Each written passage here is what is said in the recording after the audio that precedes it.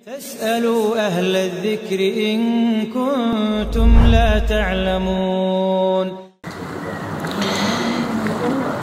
أعوذ بالله من الشيطان الرجيم. بسم الله الرحمن الرحيم. السلام عليكم ورحمة الله وبركاته. السلام ورحمة الله وبركاته. الحمد لله الذي أنزل السكينة في قلوب المؤمنين ليزدادوا إيمانا مع إيمانهم. أشهد أن لا إله إلا الله وحده لا شريك له له الملك وله الحمد يحيي ويميت وهو على كل شيء قدير. اللهم صل وسلم على حبيبنا وشفيعنا محمد وعلى آله وأصحابه ومن تبعهم بإحسان إلى يوم الدين. أما بعد. Rabbi shrah li sadri wa yassir li amri wahlul 'uqdatam min lisani yafqahu qawli. Subhanaka la ilma lana illa ma 'allamtana innaka antal alimul hakim. La ilaha illallah al-malikul haqqul mubin Muhammadur Rasulullah shadiqul wa'dil amin. Alhamdulillah wa syukurillah, pada pagi menjelang siang ini Allah masih mempertemukan kita dalam rangka memperkuat silah ukhuwah kita dengan diadakannya halal bihalal. Semoga tempat ini Allah rahmati, dan juga yang hadir hari ini Allah rahmati, dan juga yang tidak hadir mungkin Allah berikan keberkahan dan rahmat juga. Yang sakit Allah sembuhkan, yang sulit Allah permudah. Salam dan salam tidak lupa pula kita sampaikan kepada junjungan kita Nabi besar Muhammad sallallahu alaihi wasallam dengan mengucapkan Allahumma salli ala Muhammad wa ala ali Muhammad, yang telah meninggalkan dua pusaka kepada kita Al-Quran dan Sunnah, agar kita istiqomah berpegang teguh dengan keduanya supaya kita bisa selamat dunia dan akhirat. Amin amin ya rabbal alamin. Terlebih dahulu saya ucapkan kepada Ketua Yayasan NKH NHK Nidaul Hayat Al-Karimah. Masya Allah, ini yayasan yang cukup luar biasa, membangun suatu kekuatan untuk dimuliakan oleh Allah. Semoga panggilan-panggilan yang hadir membuat kita mulia di mata Allah, bukan sekedar di mata manusia. Baik, sebelum kita mulai kajian kita, mungkin saya juga mengucapkan terima kasih kepada seluruh jamaah yang hadir, Bapak Ibu yang dimuliakan Allah, yang telah mengundang kami juga. Ini rencana program yang direncanakan gitu, disesuaikan dengan program kedatangan saya ke Jakarta. Nama saya tadi sudah disampaikan oleh Ustaz Sofyan. Nama saya Muhammad Al-Qamar, nama saya. Saya aktif di dakwah tauhid lihat pengobatan. Pernah di Darussalam Gontor, saya pondok pesantren di Gontor saya dulunya, lanjut ke Fasus Sunnah Madinah. Dan sekarang lebih fokus kegiatannya di dakwah tauhid lewat pengobatan, khususnya di Yayasan Rehab Hati Tazkiyatun Nas bil Quran. Dan hari ini kita punya kegiatan dakwah di Jabodetabek, Bapak Ibu yang dimuliakan Allah. Bagaimana hari ini kita menggerakkan ekonomi 1 juta masjid. Dan alhamdulillah ada beberapa proyek yang kita kerjakan hari ini untuk konsep masjid agar bisa makmur. Yang pertama itu menghidupkan kembali konsep Baitullahnya. Yang kedua konsep Baitul Malnya. Dan yang ketiga adalah konsep Baitul Muamalahnya. Dan mudah-mudahan nanti di komunitas dan masjid lembaga yang Bapak Ibu, Ayah Bunda ikut di dalamnya juga bisa menggerakkan konsep ini. Semoga mendatangkan keberkahan. Karena setiap kebaikan yang kita lakukan itu insya Allah akan mempermudah kita untuk menuju kepada surganya Allah. Nah, itu dulu perkenalan kita hari ini. Tema kita pada pagi menjelang siang ini adalah istiqomah hidup sehat jasmani dan rohani setelah Ramadan. Ya. Kalau saya mau nanya nih kepada ayah bunda bapak ibu, ada nggak di antara kita yang tidak mau sehat? Ada tidak? Tidak deh. Kita sepakat semuanya, kita ingin sehat. Sepakat tidak bapak ibu? Jadi konsepnya itu orang sakit itu dia ingin sehat. Dan orang sehat inginnya bugar. Bugar secara jasmani dan rohani. Ternyata perjalanan pendidikan kita, tarbiyah kita di bulan Ramadan, ya, selama 1 bulan penuh, ya, yang Allah panggil menjadi orang yang beriman untuk masuk di bulan Ramadan. Kita sering dengar ayat ini, ya. Surat Al-Baqarah 183. Ya ayyuhalladzina amanu kutiba alaikumusiyam. Ujung dari ayat itu la'allakum tattaqun. Nah, kalau kita berpikir hari ini Bapak Ibu ya Bunda yang dimuliakan Allah, aktivitas ibadah yang sangat berharga dan penting yang kita kerjakan selama 1 bulan penuh di bulan Ramadan, kira-kira apa Bapak Ibu? Kita coba lihat. Kita bicara Allah panggil tadi orang yang beriman. Untuk apa? Untuk berpuasa. Tujuannya takwa. Sepakat ya? Quran surat kedua 183. Allah panggil orang yang beriman untuk berpuasa di bulan Ramadan. Ada aktivitas ibadah yang sangat luar biasa di bulan Ramadan. Yang pertama adalah puasa.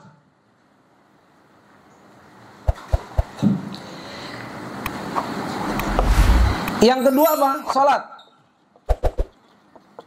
Yang ketiga sedekah. Yang keempat mengimani Al-Quran. Ini aktivitas kita ya. Mendirikan salat. Biar lebih spesifik.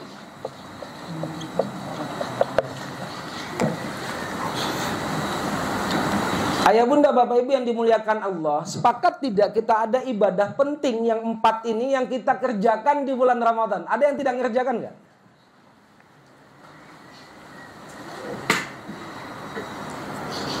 Ada berpuasa, ada yang mendirikan sholat, sedekah, kemudian mengimani Al-Quran.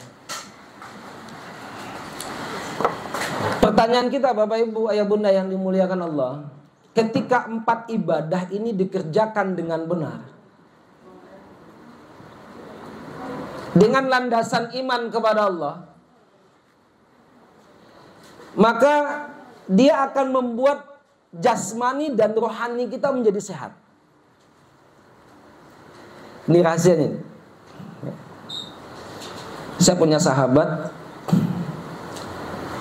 alumni Gontor, tapi setelah itu lanjut ke Yaman. Namanya Ustadz Muhammad Ali Ridho. Beliau salah satu yang menggerakkan dakwah di daerah Jakarta Selatan, khususnya Cilandak. Apa katanya sama saya tadi malam Bapak Ibu? Ustadz, saya itu divonis dokter itu sakit diabetes, gula. Terus apa yang antum kerjakan? Puasa Daud setiap hari. Dan Allah sehatkan. Kalimat puasa itu sumu tasihu. Jika kalian berpuasa maka kalian akan sehat. Nah, aktivitas puasa yang wajib itu ada di bulan Ramadan, gitu ya. Aktivitas puasa yang sunnah itu ada di luar bulan Ramadan. Kalau nggak sanggup yang harian, pekanan. yang nggak sanggup pekanan bulanan. Puasa yang hariannya puasa Daud, yang pekanannya Senin Kamis gitu. Yang bulanannya Ayyamul Bid.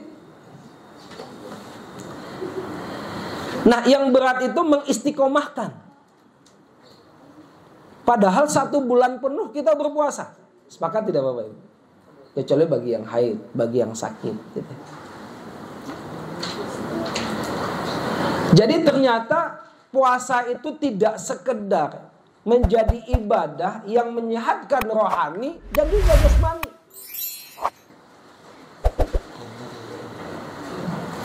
Karena kalimat yang dimunculkan, yang dijanjikan Allah bagi orang yang beriman, ketika dia berpuasa di bulan Ramadan, ada harapan penting yang bisa dia raih. La'allakum tattaqun.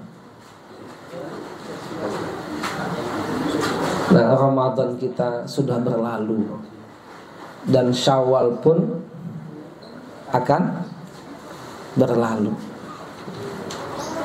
Ada puasa 6 hari di bulan Syawal. Ini udah tanggal berapa sekarang? Tanggal 26 Syawal. Kurang lebih 4 hari lagi berakhir bulan Syawal. Jadi yang paling berat itu artinya istiqomah. Terus bagaimana supaya keistiqomahan ini bisa muncul? Maka pahami betul-betul manfaat ibadah yang kita lakukan. Sulit kita untuk mengistiqomahkan sesuatu ketika kita tidak memahami manfaatnya.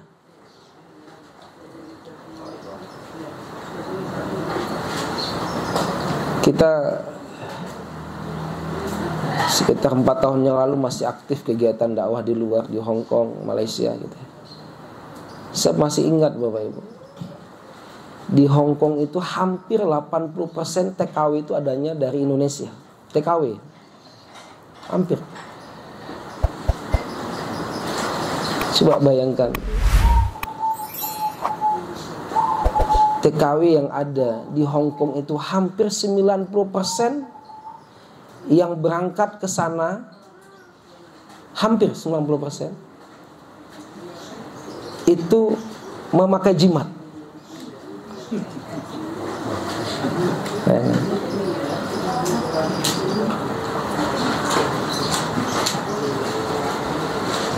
Dan beratnya di situ dakwah kita.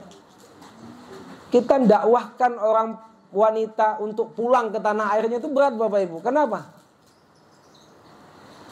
Karena duitnya lebih banyak daripada dakwah yang kita sampaikan. Jadi saya bilang sama teman-teman, sulit kita untuk menghantarkan wanita-wanita itu kembali ke tanah airnya. Hampir Bapak, hampir. Pertanyaan kita, sholatkah mereka? Puasakah mereka? Iya. Yang bermasalah imannya, keyakinannya, kesempurnaan imannya yang semakin melemah. Padahal kesempurnaan iman itu ketika dia mengucapkan 3 konsep yang ada di dalam dirinya, tasdiqun bil qalbi, wa iqrarun bil lisan, wa amalun bil arkan.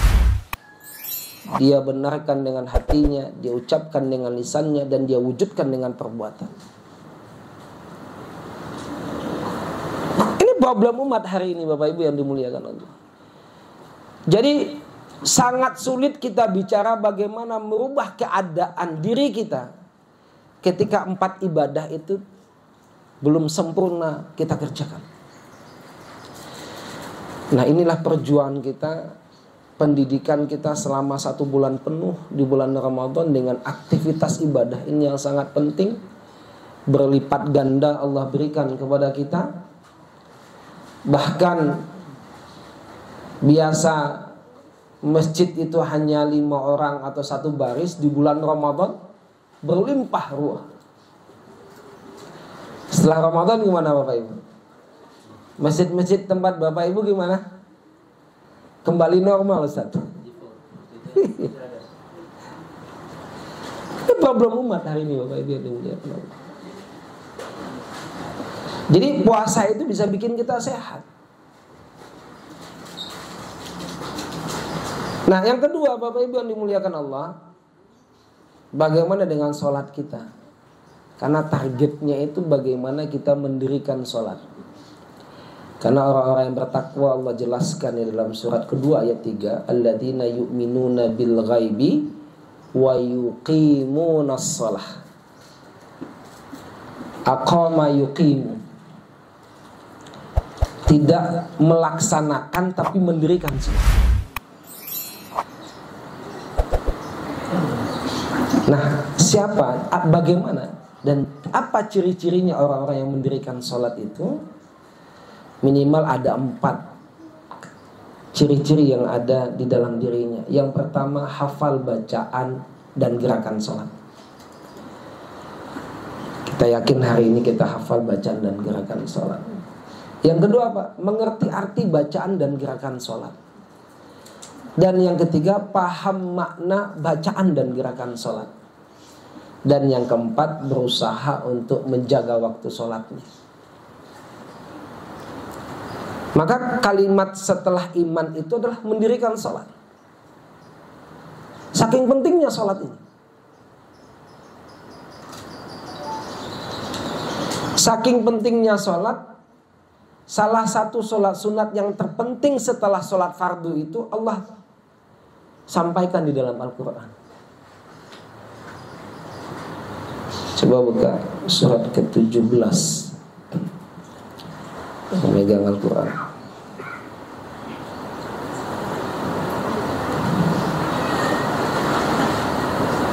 Ayatnya ayat 80.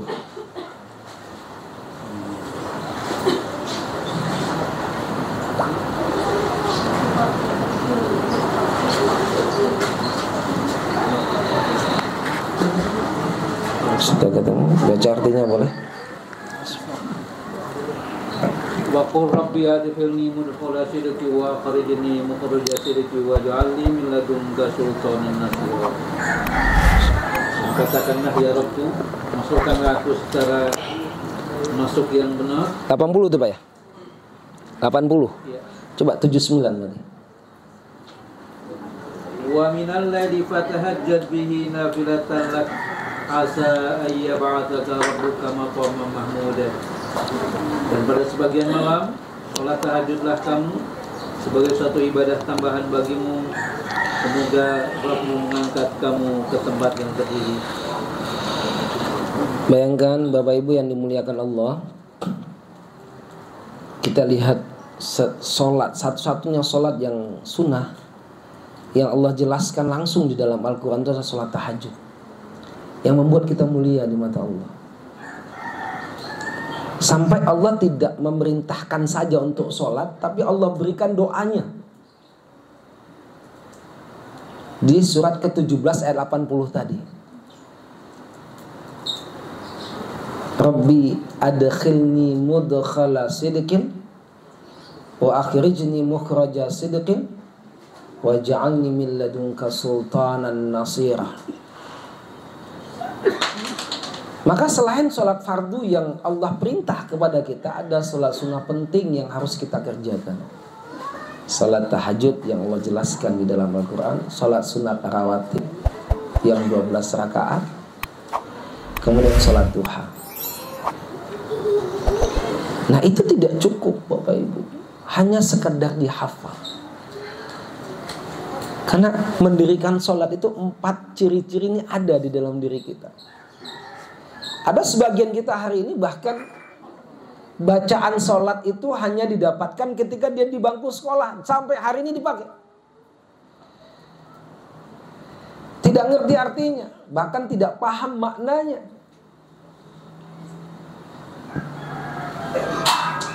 Padahal, dan dia tidak mau berusaha untuk menjaga waktu sholatnya. Padahal Allah yang jelaskan, inna sholata kanat 'alal mu'minina kitaban mawquta.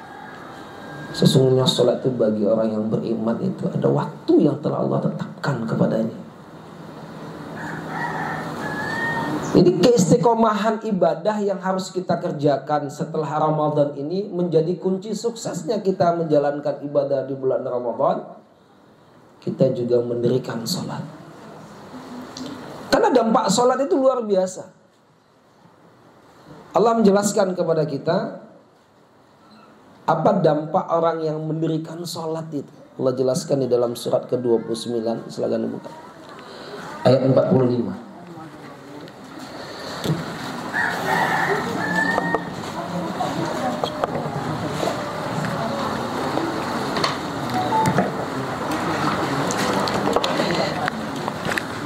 Utlu ma uhiya ilaika minal kitab wa aqimis shalah innas sholata tanha 'anil fahsya'i wal munkar wa la dzikrullahi akbar wallahu ya'lamu ma tasna'un.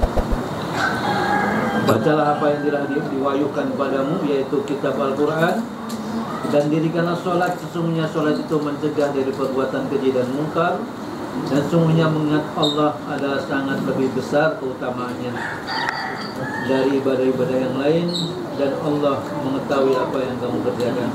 Ibadah yang utama, dan sholat itu bisa mencegah diri kita dari keji dan munkar. Keji itu perbuatan yang kita kerjakan yang merusak diri kita. Yang munkar itu perbuatan yang kita kerjakan yang merusak orang lain. Karena konsentrasi saya di dakwah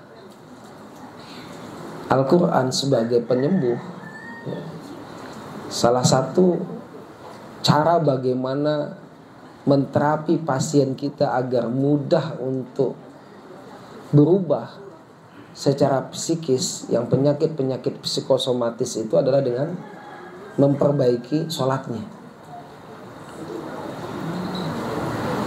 Karena ini penting.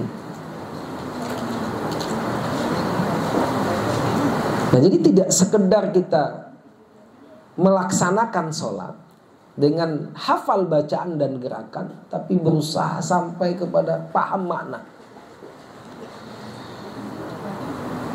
Ketika kita betul-betul bisa memahami maknanya, maka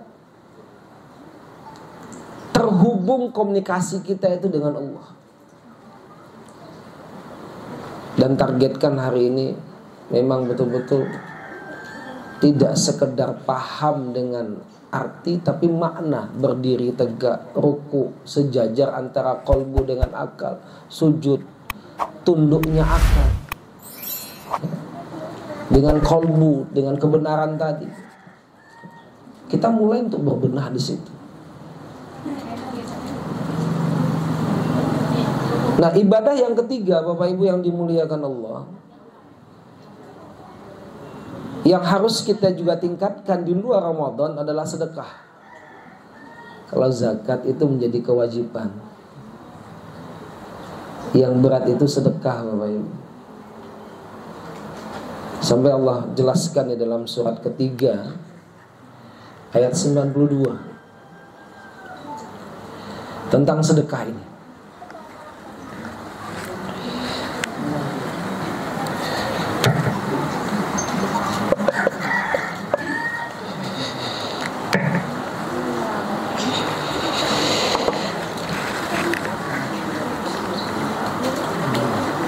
Lan tanalul birra hatta tunfiqu mimma tuhibbun wa ma tunfiqu min syai'in fa innallaha bihi alim.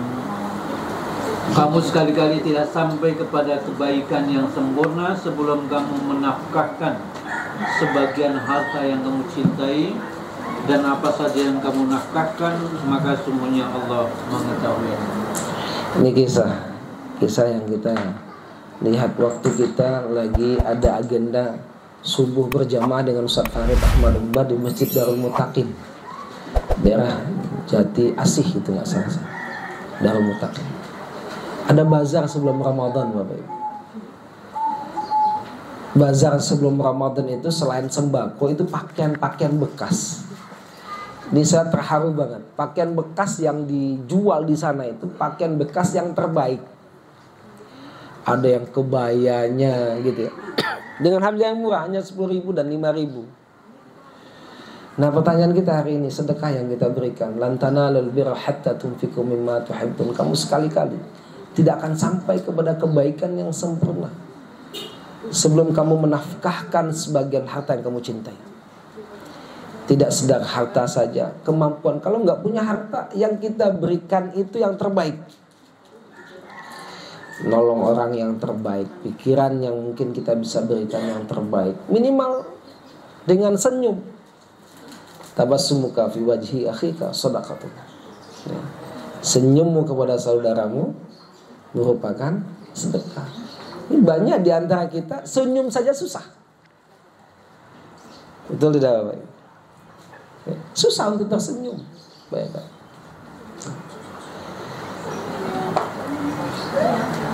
Kalau di sini insya Allah tidak ada. Nah ini bagian yang harus kita dawamkan, kita biasakan. Nah yang keempat, selain sedekah itu adalah mengimani Al-Quran. Tidak sekedar membaca Al-Quran, tapi mengimani Al-Quran. Karena ciri-ciri orang yang mengimani Al-Quran itu dia berusaha untuk mempelajarinya, dipelajari, dipahami, diyakini, diamalkan. Kita mulai berusaha untuk mempelajarinya dengan membacanya, berusaha untuk memahaminya, berusaha untuk meyakininya, dan yang keempat berusaha untuk mengamalkannya. Bapak Ibu yakin Al-Quran ini menjadi penyembuh? Sepakat tidak? Buktinya?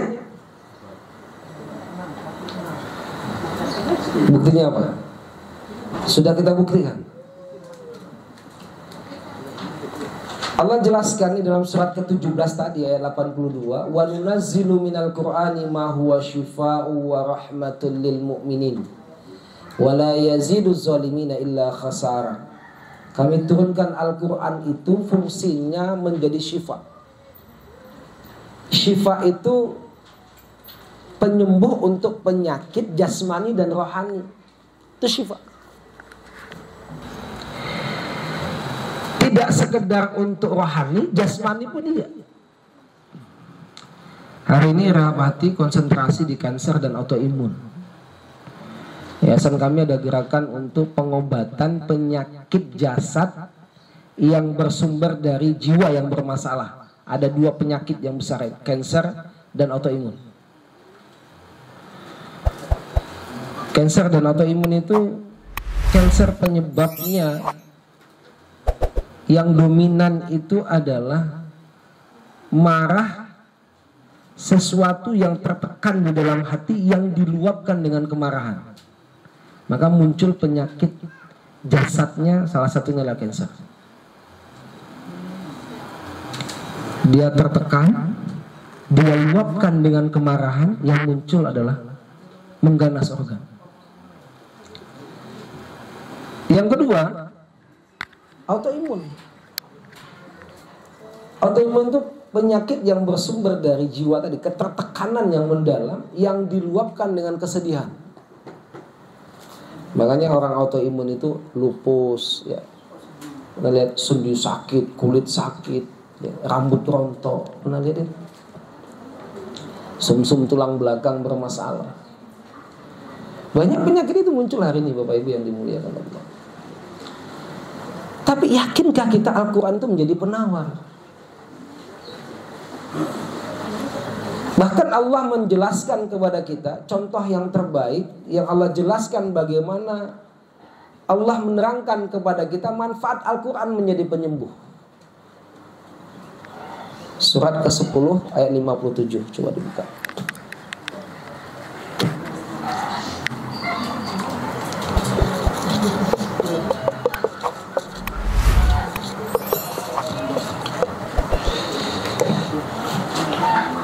Ya ayuhan nasu qad ja'atkum mau'izatun min rabbikum wa shifaa'un lima fis sudur wa hudaw wa rahmatul lil mu'minin.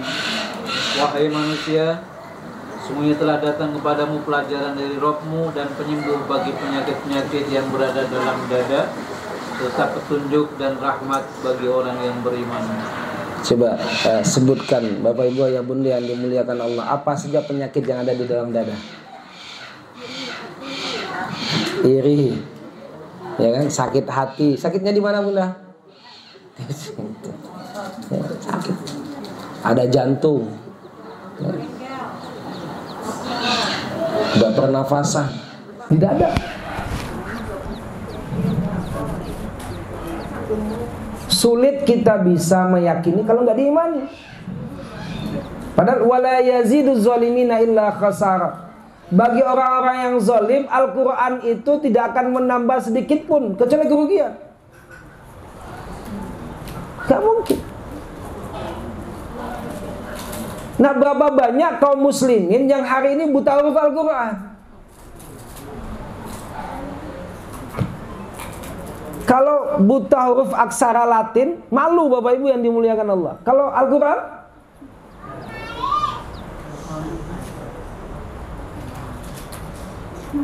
ini ironisnya hari ini. Jadi kalau 4 ibadah ini dikerjakan dengan benar, maka dia akan berdampak kepada kesehatan jasmani dan rohani kita. Nah, ada yang makasih. Saya sebentar tunggu di sini. Nah, ini saya kasih contoh ya, bagaimana vibrasi energi Al-Quran bisa dibacakan. Saya bawa handphone tadi. Coba. Bapak Ibu, handphone ini bisa jadi racun tidak? Racun. Ya, bisa jadi racun nggak nih? Bisa bermanfaat, bisa jadi racun. Tapi bagi anak kita hari ini banyak yang jadi racun. Nauzubillah. Saya baru nyampe 2 hari yang lalu ya. Saya lihat tiap sudut, dekat-dekat tempat-tempat yang ada tempat duduknya, itu pada nongkrong pemuda-pemuda. Yang dipegangnya Pak, sambil zikir Pak. Nggak ada yang lihat orang lewat itu Pak. Duduk berbarengan, bersamaan. Kita nggak tahu anak siapa itu yang terlibat. Nah, energi radiasi ini merusak. Yang dirusaknya apa? Jaringan sel. Jadi ketika radiasi itu merusak jaringan sel kita, dia masuk ke dalam tubuh merusak jaringan sel, dia masuk ke dalam kromosom, inti selnya dirusak. Makanya banyak hari ini anak-anak yang susah diatur. Bahkan hari ini banyak yang lebay ya. Yang laki-laki jadi perempuan, perempuan jadi laki-laki. Salah satunya itu penyebab permasalahan di sel. Masuk ke dalam sel, dirusak darah, masuk ke dalam ruangan hampa kromosom tadi, masuk ke dalam inti sel. Yang dirusak apa? Karakter.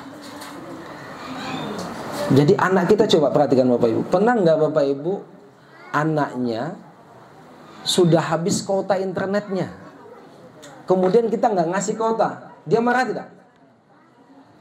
Sampai ada matanya dibesarkan sama dia. Dia butuh sekali. Seperti orang candu Bapak Ibu. Sakau. Bayangkan. Nah kita lupa solusi terbaiknya kembali dengan ibadah ini dengan sempurna. Ajarkan kembali anak kita untuk mengimani Al-Quran. Ini yang penting. Kami bikin gerakan namanya Akademi Tahsin dan Tajwid hari ini di daerah Sulawesi ya. Untuk kaderisasi guru, ngajarkan guru lagi. Ini kalau ada anak-anaknya yang siap 1 tahun namanya Bapak Ibu ya. Syahadahnya, syahadah belajar, syahadah mengajar, dan qiraat sanad. Langsung ke Rasulullah. Yang nanti dipandu langsung oleh Ustadz Ahmad Jazi namanya, dari Bandung.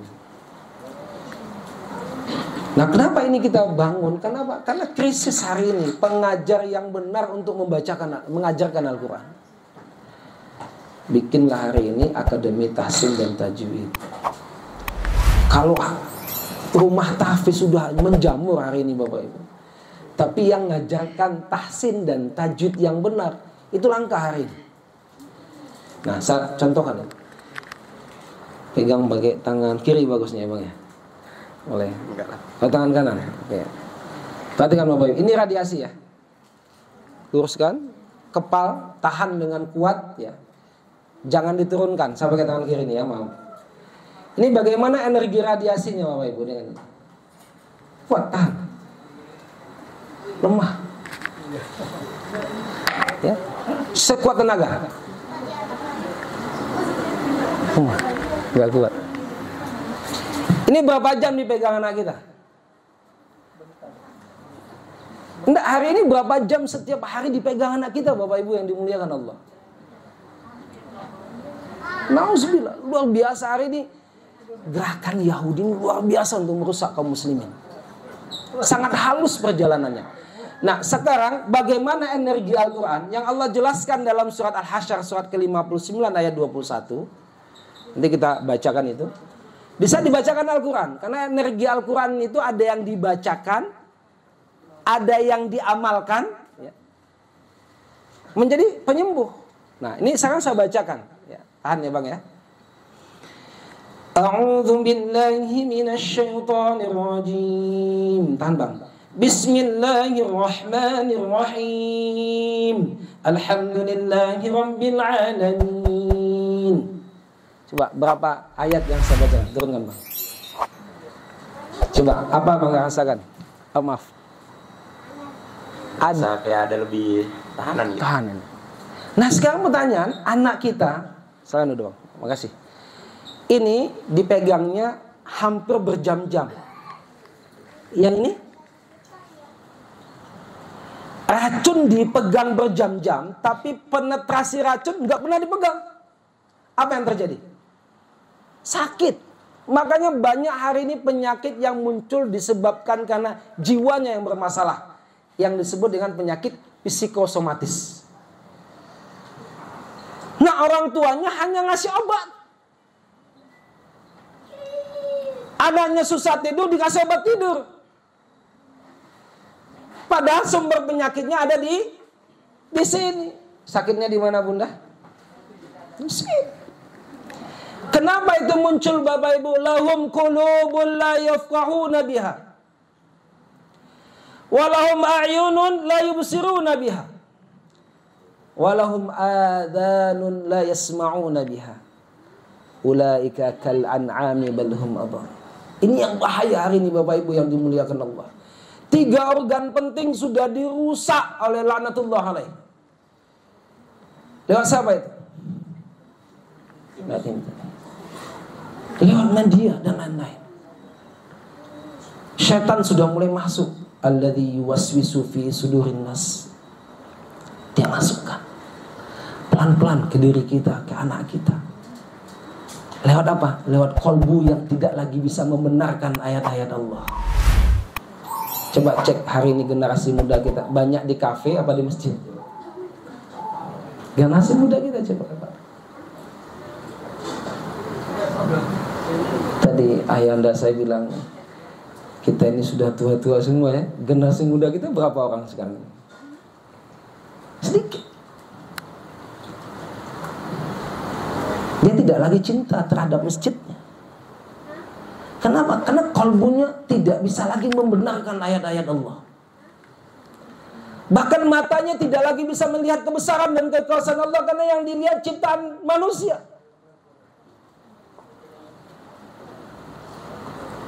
Terus kita berjuang terus. Ada juga orang tua yang menyesal untuk memasukkan anaknya ke pondok pesantren, karena ketika kuliah anaknya tidak lagi punya karakter yang baik setelah kuliah.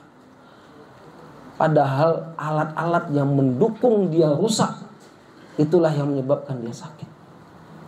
Dan telinganya tidak lagi mendengar ayat-ayat Allah. Azan berkumandang, tidak lagi bisa melangkahkan kakinya untuk berwudu. Padahal panggilan Allah kepadanya, hayyalas shalah, hayyal falah. Panggilan sholat itu menuju kepada kemenangan. Ditinggalkan sebagian pemuda kita, sebagian besar pemuda kita. Maka kita dalam kondisi lemah hari ini Bapak Ibu yang dimuliakan Allah. Target kita hari ini, kuatkan iman kita. Karena kehadiran Ramadan itu, kita masuk dalam kondisi beriman kepada Allah. Dan kita istiqomah untuk mendirikan sholat, puasa, sedekah, dan mengimani Al-Quran. Tadi yang dibacakan tuh energi, yang dibacakan energi ilahiyah, Al-Quran. Dibuktikan oleh adinda kita. Ketika dibacakan Al-Quran dengan energi ilahiyah tadi, energi ketuhanan tadi, punya kekuatan yang luar biasa untuk merubah jaringan sel tadi. Nah, ayatnya jelas dijelaskan oleh Allah di dalam Al-Quran, surat ke-59 ayat 21.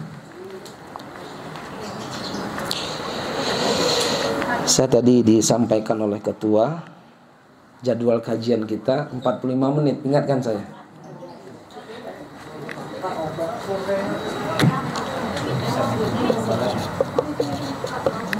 (59 ayat 21). Silakan. Lau anzalna hadzal Qur'ana 'ala jabalin la ra'aytahu khashi'an mutasaddian min khasyatillah wa tilka al-amsalu nadribuha lin-nasi la'allahum yatafakkarun. Kalau sekiranya kami turunkan Al-Quran pada sebuah gunung, pasti kamu akan melihatnya tunduk terpecah belah disebabkan takut kepada Allah. Dan perumpamaan-perumpamaan itu kami buat untuk manusia agar mereka berpikir. Tuh, bayangkan Bapak. Agar mereka berpikir, lau anzalna hadzal Qur'an 'ala jabalin, sekiranya Al-Quran ini diturunkan kepada gunung, wahai manusia, kata Allah, la ra'aitahu khashi'an mutasaddian min khasyatillah. Kamu akan melihat gunung itu tunduk terpecah belah. Bagaimana kalau Al-Quran itu dibacakan tuh diri kita? Nah, anak kita jauh dari Al-Quran hari ini, Bapak Ibu yang dimuliakan Allah. Gimana dia mau sehat? Umur 7 tahun sudah kanker darah hari ini, banyak gak? Alhamdulillah.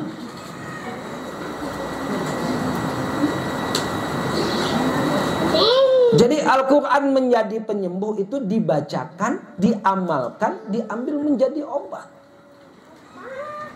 Dibacakan tadi ruqyah syariah, diamalkan perintah yang ada di dalam Al-Quran.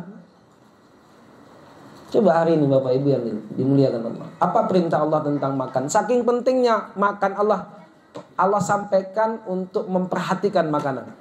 Dalam surat Abasa, falyanzuril insanu ila tu'ami 80-24 ya. Itu contoh makan itu. Makan saja, saking pentingnya tentang makan, Allah perintah di dalam Al-Quran untuk memperhatikannya. Jadi tidak ada satu pun perintah di dalam Al-Quran yang tidak penting. Hari ini dirusak kita. Dari makanan luar biasa. Ada 6P yang dirusak: penyedap, pemanis, pengembang, perasa, pewarna, pengawet. 6P. Gerakan ini luar biasa. Di mana-mana kita ngalamin seperti ini.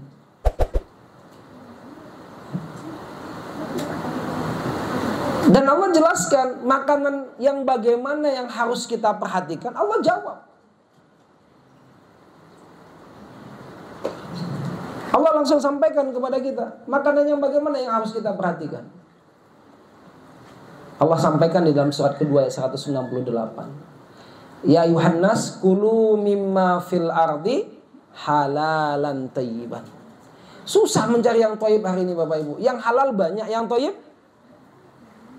susah. Wala tattabi'u khutuwatis syaitan innahu lakum aduwwun mubin. Jangan ngikutin langkah-langkah syaitan. Maka salah satu gerakan kita tuh ada, kita nanam di Sumatera Barat, kita nanam beras organik. Kita punya peternakan ayam organik. Kapan-kapan boleh kalau keliling ke Sumatera Barat singgah ke tempat kita. Ada sayur organik kita buat di Agam, ayam di daerah Kamang, telurnya ada di Payakumbuh, berasnya ada di pesisir selatan. Hari ini kerjasama dengan Gubernur Sumatera Barat, Buya Maheldi. Dari beras itu, urea itu dia akan mengeraskan pembuluh darah Bapak Ibu. Nah jadi Al-Quran itu tidak sekedar dibacakan yang akan menjadi penyembuh, diamalkan pun akan menjadi penyembuh. Termasuk perintah Allah untuk memperhatikan makanan. Nah gerakan ini sulit hari ini kalau kita tidak mengerjakannya bersama-sama. Berat. Tadi saya kumpul di Masjid Jami Ar-Rahman, tidur di sana, cerita sama beberapa pemuka di situ. Gerakan kami hari ini bermula dari masjid, Ustaz. Ini Masya Allah Bapak Ibu. Mestinya hari ini internet pun bermula dari masjid. Biar masjid yang kontrol semuanya, aktivitas-aktivitas pemuda kita. Dibikin gratis, datangkan anak-anak itu untuk ke masjid. Biar dia mencintai masjid. Makan gratis di sana. Jadi 4 ibadah penting ini kalau dikerjakan dengan sempurna, maka dia akan berdampak kepada kesehatan jasmani dan rohani kita. Nah, bagaimana caranya menguatkan tadi? Maka tulis perbanyak untuk memahami manfaat yang bisa dirasakan. Kalau kita nggak banyak manfaat yang dirasakan, maka kita nggak mau berulang lagi untuk melakukannya. Itu problem kita hari ini Bapak Ibu yang dimuliakan Allah. Nah, ini butuh kekuatan bersama agar ibadah ini, sholat bisa mencegah diri kita dari keji dan munkar, puasa bisa menetralisir organ tubuh secara jasad. Maka kalau orang pada sakit, semua sakit, maka berpuasalah ya, karena fungsi organnya akan dinormalkan Allah kembali. Tidak ada lagi obatnya saat puasa.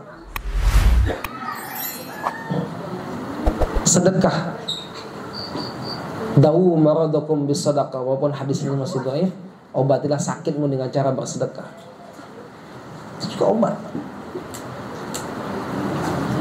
Nah, juga membaca Al-Quran. Membaca Al-Quran dengan keimanan. Nah, sekarang target, kita mulai target 1 hari setengah juz, nggak apa. Atau 1 hari hanya 4 lembar misalnya, 4 halaman, tapi istiqomah. Niatkan, ya Allah, jadikan Al-Quran yang hamba baca ini menjadi penawar segala penyakit hamba, ya Allah. Ya Allah, jadikan Al-Quran yang hamba baca ini sebagai penghancur seluruh sumbatan yang ada dalam tubuh hamba, ya Allah. Ya Allah, jadikan Al-Quran yang hamba baca ini menjadi petunjuk bagi hamba, ya Allah. Datangkanlah rahmat-Mu, kan doanya, Allahumma arhamna bil Quran waj'alhu lana imaman wa nuran wa hudan wa rahmah. Usahakan selesai baca Al-Quran, baca doa setelah baca Al-Quran, agar semakin menguatkan hati kita untuk mencintai Al-Quran. Karena hari ini sangat sulit anak kita untuk mencintai Al-Quran, Bapak Ibu yang dimuliakan Allah. Walaupun dia pernah dulu lulus dari pesantren, karena terkontaminasi dengan circle yang ada. Nah, gerakan untuk mengimani Al-Quran ini kita tingkatkan di rumah-rumah kita hari ini. Kuatkan bukti nyata dengan mengimani, meyakininya. Karena orang yang yakin yang akan mengamalkan. Orang yang paham banyak, Bapak Ibu Ayah Bunda yang dimuliakan Allah. Yang berat itu yang yakin. Karena yang paham belum tentu ngamalkan, tapi yang yakin pasti ngamalkan. Karena dia yakin. Nah, makom kita untuk mengimani Al-Quran itu sampai kepada titik keyakinan kita, agar kita berusaha untuk mengamalkan Al-Quran. Ini tema kajian kita pada siang hari ini. Mungkin kita ada waktu untuk diskusi ya. Takutnya tidak ada waktu untuk diskusi kita. Boleh silakan. Sekarang jam 11:11. Yang mau bertanya, yang bisa saya jawab, insyaallah saya jawab. Yang berkenaan dengan kajian kita ya, biar kita bisa fokus. As'alu ahla dzikri in kuntum la ta'lamun.